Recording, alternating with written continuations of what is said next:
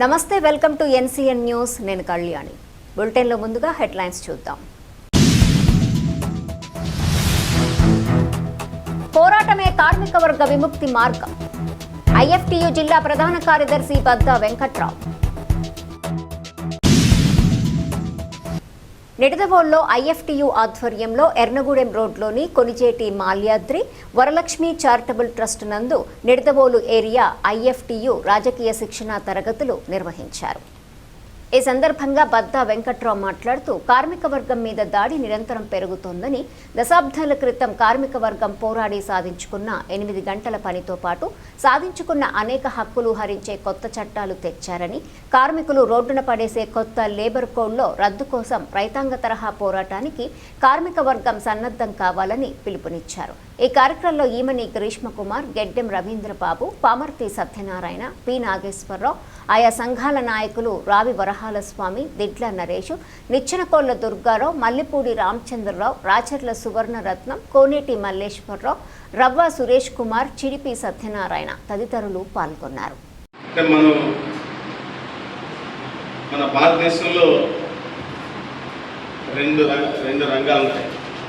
ఒకటి ఉత్పత్తి రంగం, 2 వ్యవసాయ రంగం.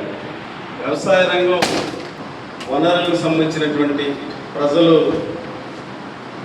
ఆహారానికి సంబంధించినటువంటి రంగంగా, ఒక క్రియాశీలక రంగంగా ఉంటుంది. ఉత్పత్తి రంగం పారిశ్రామిక రంగంలో మనం ఏదైతే కొన్ని వస్తువులు, బట్టలే కానీ ఇండస్ట్రీలో తయారైనటువంటి కొన్ని వస్తువులు ఏదైతే ఉంటాయో అవి ఉత్పత్తి రంగంలోకి వచ్చేటటువంటి పరిస్థితి. అందులో వ్యవసాయ రంగంలో శ్రామిక వర్గం ఉంటుంది, ఉత్పత్తి రంగంలో కార్మిక వర్గం ఉంటుంది.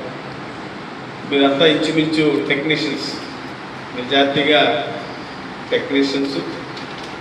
మీరు జనరల్గా ఉత్పత్తి రంగంలో నుంచి వచ్చినటువంటి కొన్ని పరికరాలు ఏదైతే ఉంటాయో వాటికి సంబంధించినటువంటి వర్క్లో మీరు ఉంటారు. అదేవిధంగా ధాన్యాగారం ఇండస్ట్రీస్, ఇంకా అసంఘటిత రంగానికి సంబంధించినటువంటి భవన నిర్మాణ కార్మిక రంగం. భవన నిర్మాణ కార్మిక రంగంలో కూడా ఉత్పత్తి రంగానికి దగ్గరలో ఉంటుంది. ఈ ప్రధానంగా ఈ 2 రంగాలు చాలా క్రియాశీలక పాత్ర పోషిస్తున్నటువంటి భారతదేశ భూభాగంలో ప్రజలకి అనేక అవసరాలని తీర్చేటటువంటి రంగాలుగా ఇవి ఉంటాయి. అయితే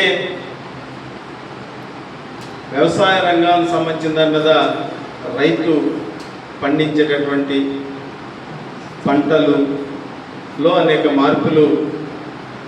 వ్యవసాయ రంగంలో